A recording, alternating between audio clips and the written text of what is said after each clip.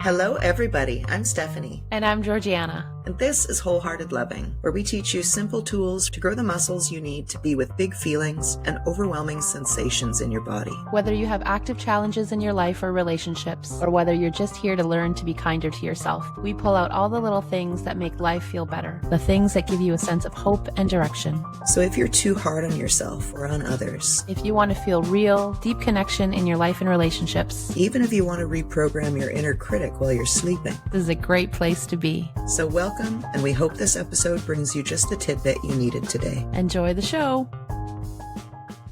Hello, everybody. Welcome. Today we're going to be talking about being with others, getting simple inspiration from others, and learning what's possible by noticing what other people do. You can find self-reflection prompts for this episode and every episode on our Instagram at Wholehearted Loving, and you can learn more about us and how to practice with us live at wholeheartedloving.com.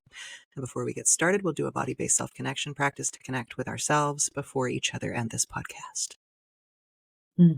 Okay, is this the practice? It might be. I just start mimicking what other people are doing with their bodies almost immediately. Right. So what is this, turtleneck? We're bobbing. Pigeon face? Pigeons do this, yeah. Chickens? Yeah? How do we describe what we're doing? I think my pigeon has arthritis in the neck. So how do we describe what we're doing? We're pecking like hens. We're pecking at our microphones. Right. So when I think about pecking, I used to think it's like a mouth thing, but this is a neck thing. Yeah, it's forward. It's not down. It's forward and back. And back with the head and the neck. We're a turtle extending out of its shell and then going back in. Oh, you know what? Like, obviously, I can see my own face here. This is one of those things that they tell you, when they tell you to like smile with your eyes. They tell you to this head thing, and then you're also supposed to stick your tongue up to the top of your mouth. There's so many rules. Yeah, when I took some online course about how to pose for photographs, and I just said, forget it. The contortions and the amount of like extend your neck as long as possible, and then the tongue to the roof of the mouth, and you got to make a 4 shape with your arm and put your butt away, and like all kinds of just don't. So the body practice is, peck like a pigeon and then let it morph into whatever it morphs into. You're going to be a pigeon marionette? I'm a pigeonette. Yes, that's right. We are playing with, how do you describe this thing that we're doing? It's a very elbow heavy. Okay, if you put your arms straight out to the sides, like you're on the cross, and then drop the forearms and dangle like a marionette, like you're going to do that robot dance. Yeah, so dangle your fingers pointing downward. Yes, downward and then dangle.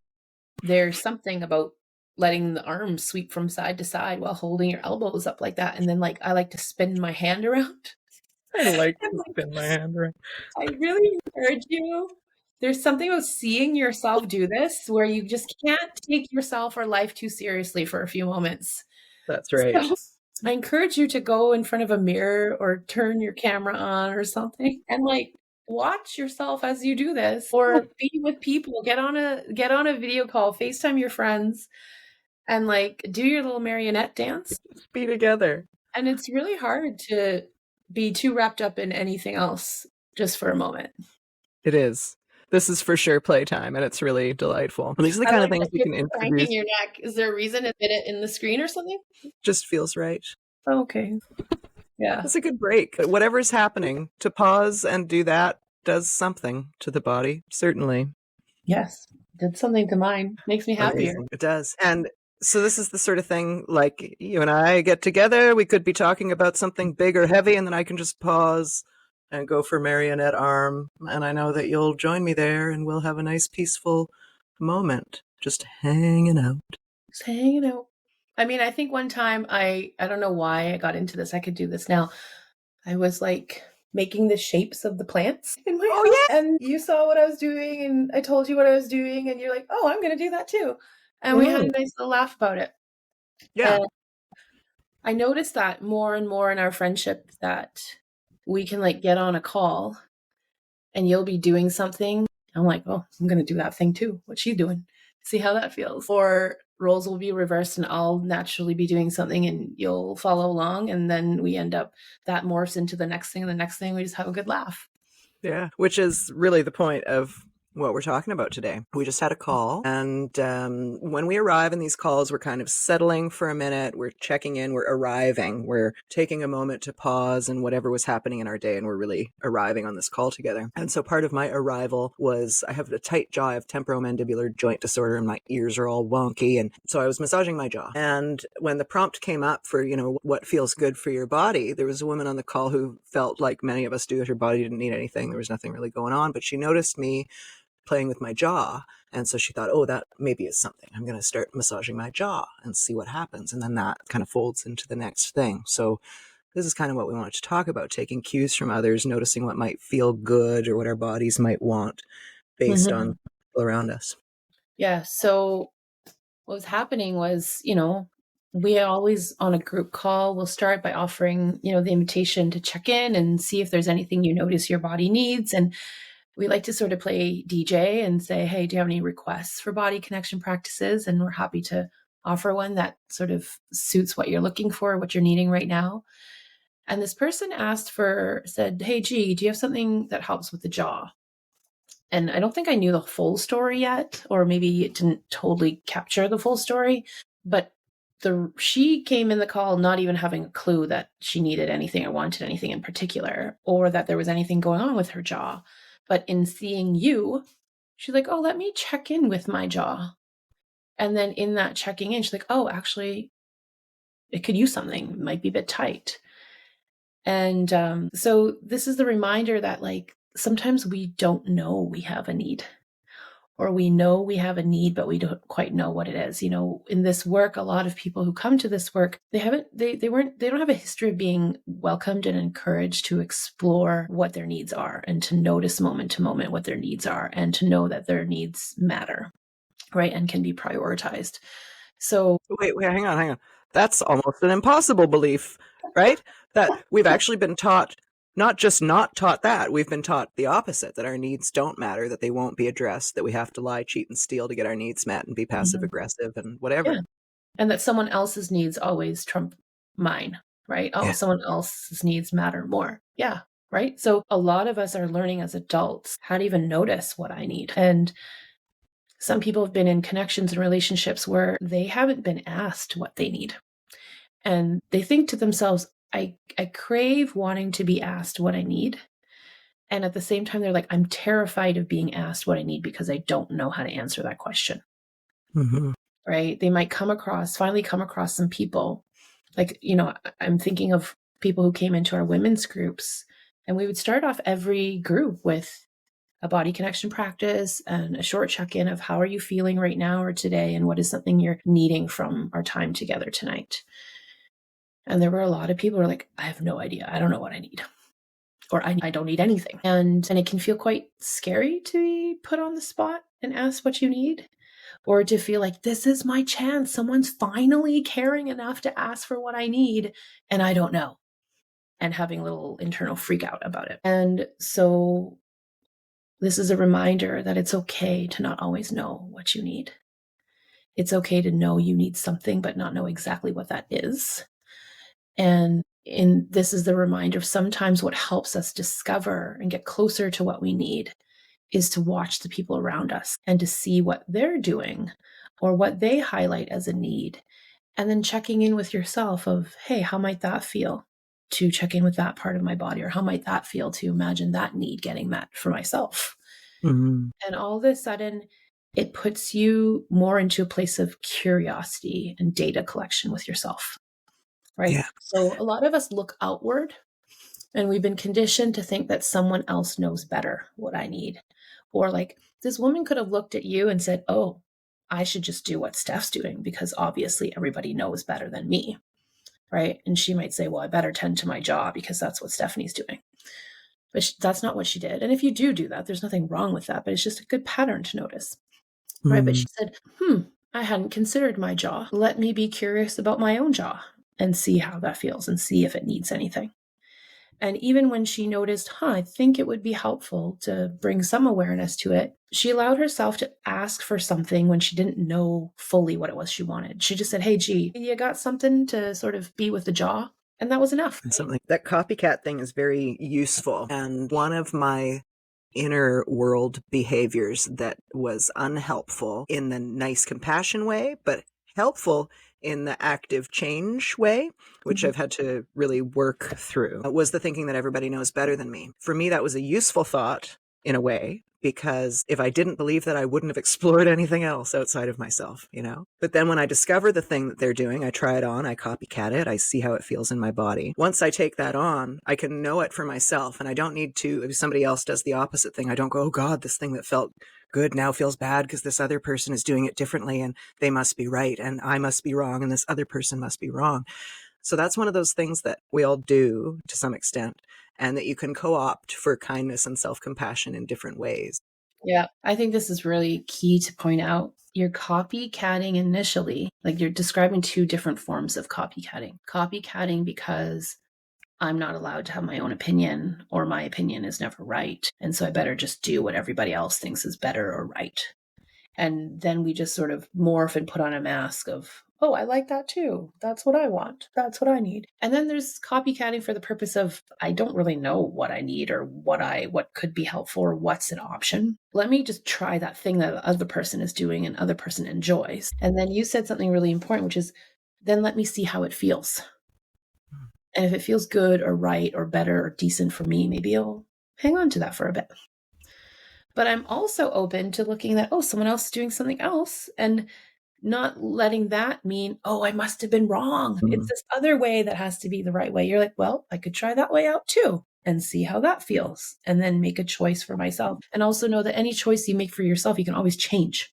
And it doesn't mean you're nuts, right? You're allowed to change your mind. Right when you said, I could copycat that person, and then somebody else does something different, immediately I got a body rush, bringing back an old memory.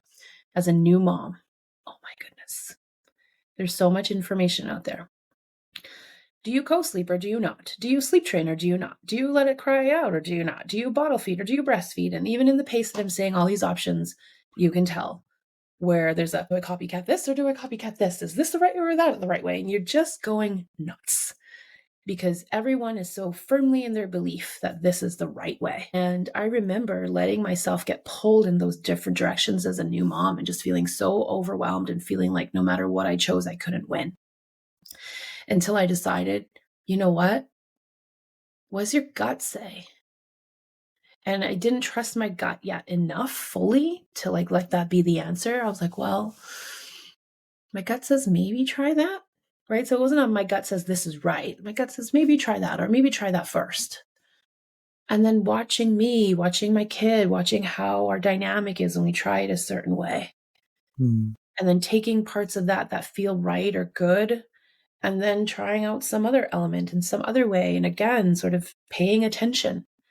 How's my kid responding? How am I? How's our day? How's our week feel when we go about life this way together? What do I want to take from this? And this is what I love. Like when we used to do group work and you're in this room with, 35 other people, I felt like I was shopping. I felt like I get to shop with all these different people's traits and ways of being.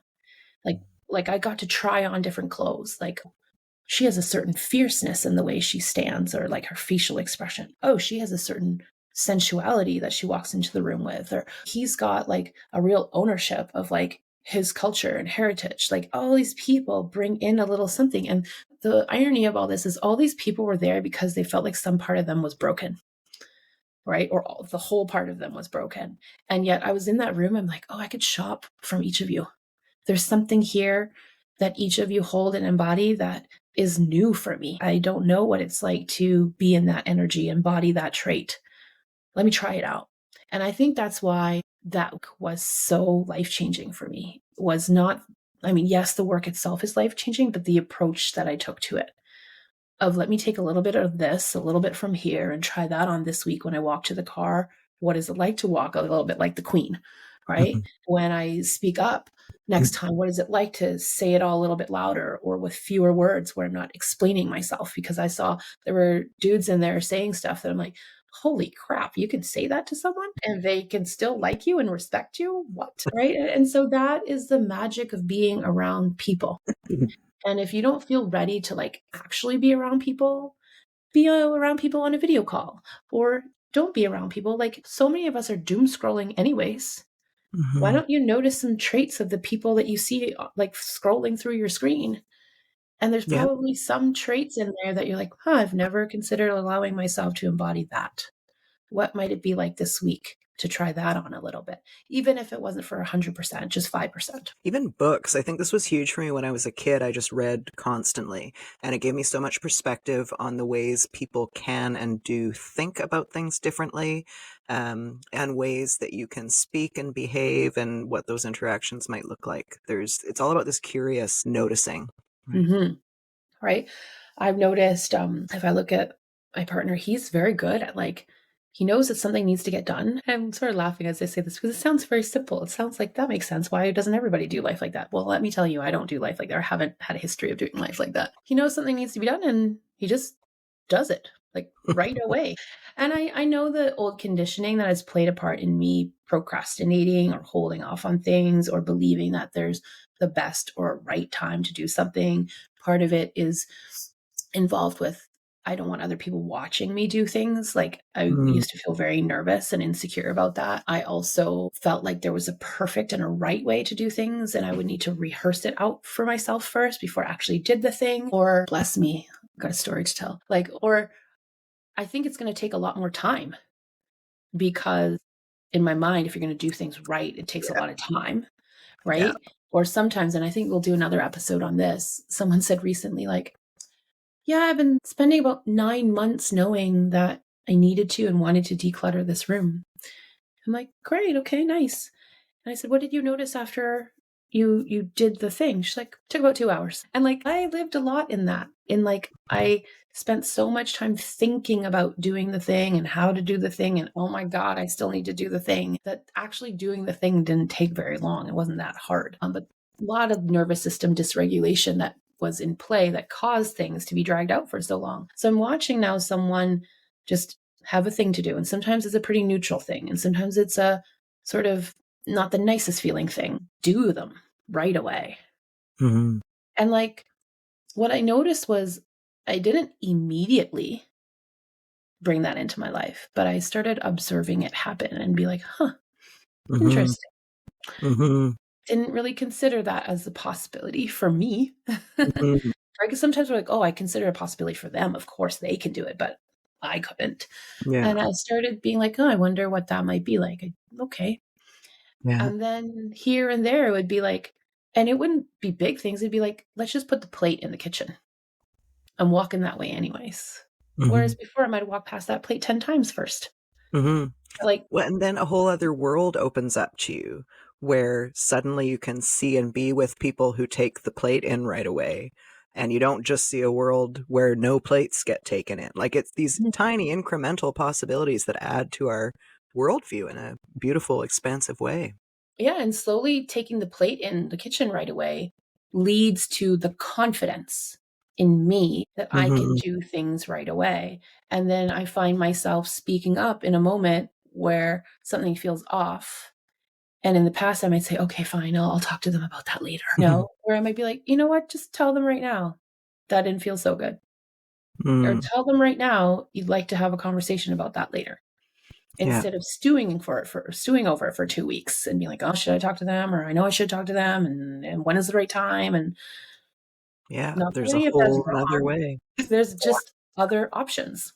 Yeah, there's other options we just didn't know existed. Mm. And we spoke last episode about carrying charges with us, carrying old information with us into current situations.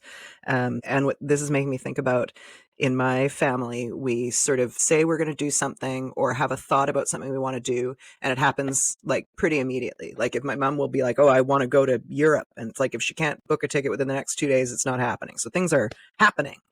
And in my new life where things are a bit more spacious, I've noticed that I carry that assumption forward, right? If people are talking about something they want to do, especially something that might affect me, I'm immediately gripped by like, oh shit, this thing is happening. Like, get on board. And the more I realize, oh, people actually just talk about doing things without doing them, I'm like, okay, I'm feeling relieved. I'm feeling like there's a new world opening up to me where I can also talk about things without doing them and without having to know the entire scope of what this will look like in advance and taking action. There's a lot more space and possibility and slowness that I just was not aware existed. I think that's so neat that you're sharing this because I've experienced this in our friendship, right? Where I think watching you, I'm like, Steph, you're really good at there's an idea and then you make it happen. And I'm like, there's an idea. We're going to hang with that idea.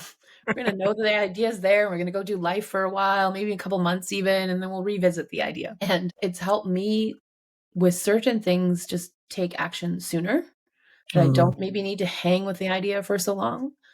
But I think it's also helped me be a better friend and also helped me in feeling at ease in our friendship that I know that this is one of your old patterns, right? Because like there'll be things that I'm excited to like send over and share with you. And I'm like, oh, I know Steph, if I send this to her, she's going to go like broadcast this to the whole world because she gets excited. She wants everyone to know. And I'll be like, well, then I'm not going to share it with her, right? That's my internal. I'm not going to share it with her yet. I'm not going to share it with her until X time. I'm like, no, but I'm excited to share with her right now. And I'm like, I'll just include a little note. This is just for yourself to keep to yourself and enjoy for a while. I love it. Yeah. And I love that context. I love noticing that. And because we're aware of these personal dynamics that we have, I can make such good use of that, right? Like I can see the value of this slowness that you naturally do. And I can see the value of my fastness that I do. And I can know, okay, I'm going to go nuts if I don't get to take some action. So I can now take actions that don't impact the finished thing, you know? The finished thing has not yet emerged. We know that it's going to take time, but I can go and I can build 18 websites and learn a bunch of things that won't be problems in the future when we're ready for the thing because I've worked them out in the background, just using the energy, the go do energy in some way that's either practical or I mean, it's always practical. I'm kind of referring to the time wasting practical. Like I can't go anywhere, so I can pretend that I'm going somewhere while I wait. You Yeah, know? like it's productive in a different way. It sounds like Yeah. you really not just intellectually value being productive. Like I think you like being in action. There's a certain energy there that feels good. I think in human design, you're a generator, and I don't know enough totally about it, but like you need to use up your energy. Mm-hmm. Right. And so now you get to use up your energy in ways that also fit like how it feels good for me for us to like Mm-hmm. work on projects and complete things. Right. And I think this is the beauty of learning someone and learning what's great about us and also learning how to have nuance and choice. Like here, we're talking about a friendship and a business collaboration, if you want to call it that. I see it more like we're just out doing things that Fun. excite us to, but it could be a marriage, it could be a relationship. And what I've really enjoyed that I can see happening in our friendship and how we work together is I think we take great pride and intention to be curious and learn each other without judgment. And we learn each other from a place of, like, we were talking about inspiration. Like, what does being around Steph and watching how she does things, how does it inspire me to try on some things in a bit of a different way? Right? It's not, what we've talked about before is you can notice how people are different than you, and you can use it to compare and shame and criticize yourself. And you can use it to tell yourself, I'm never going to be like that. I'm never going to be as good as them or whatever. Or you can use it to be like, huh, interesting. Like, what might it be like if I try that on a little bit? Not from the place of, if I can morph myself to be more like Steph, I'm going to be a better person. It's, if I can allow myself to embody this thing that's easier for Steph to embody, I get to be more whole. I get to have more options available to me. Inspiration instead of shame. Mm-hmm. I like it. Yeah. Yeah. Thanks, Gigi. Mm-hmm. Anything else you want to say before we do a closing practice? I don't think so. Great. You got anything in mind? In body. I felt like there was a snake crawling up my back, but there's not. Good. So then I thought, what is it like to, we did the pigeon, but like, what is a snake like? Interestingly, the last closing practice we recorded, I thought you were being a snake initially and you weren't, but now here we are and you're snaking. Snaking. Right? I'm sneaking. I don't like it. It's good. So I'm not sneaking anymore. The movement might look the same. When we were little, we had a toy. The Barbapapas. Is that what they were? Or they were the Wobbles? Weebles? Something where they had a round bottom and a more conish like top half.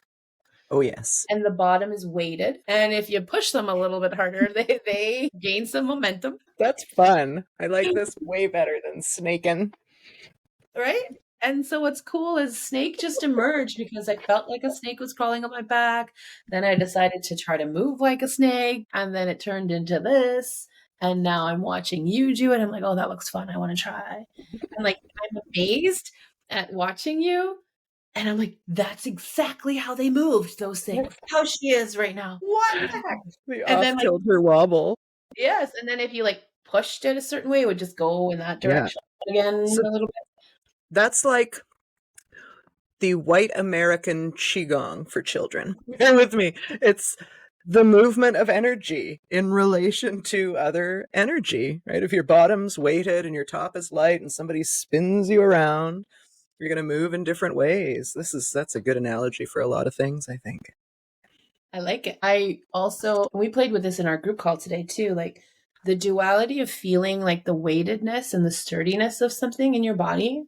And also the parts that feel spaciousness and lighter and more flow. Mm-hmm. Right? Like, cause I'm very aware that my midsection here, the bottom part that's on the bed is very weighted. I'm also very aware that the top half doesn't have that same feel. And I noticed that the top half though, if we're embodying the Barba Papa, whatever, it sort of goes with it.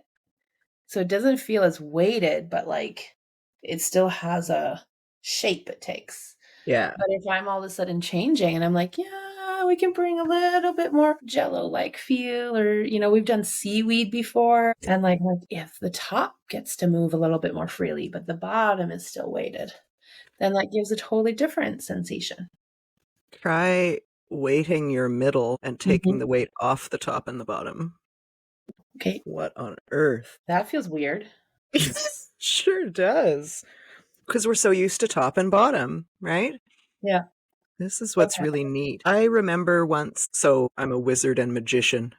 I'll start by saying that. And one of the things that we practice in our temple is putting your consciousness in other things, in places. So the experience, I don't know, you can't really describe this in words, but put your consciousness inside a mountain. Put your consciousness in your stomach and walk down the street. 100% different experience than you have day to day. All these things are really neat to try, whether it's weighting your bottom. That again. I should put my consciousness, not should, but you're suggesting one prompt is put my consciousness in a mountain and walk down the street? Well, don't walk if you're doing this mountain thing. You're going to fall over. Stand still and look at a mountain and be the mountain. Put your conscious awareness inside the mountain. That's going to have a feel to it. Yeah, totally. Sure. Yeah.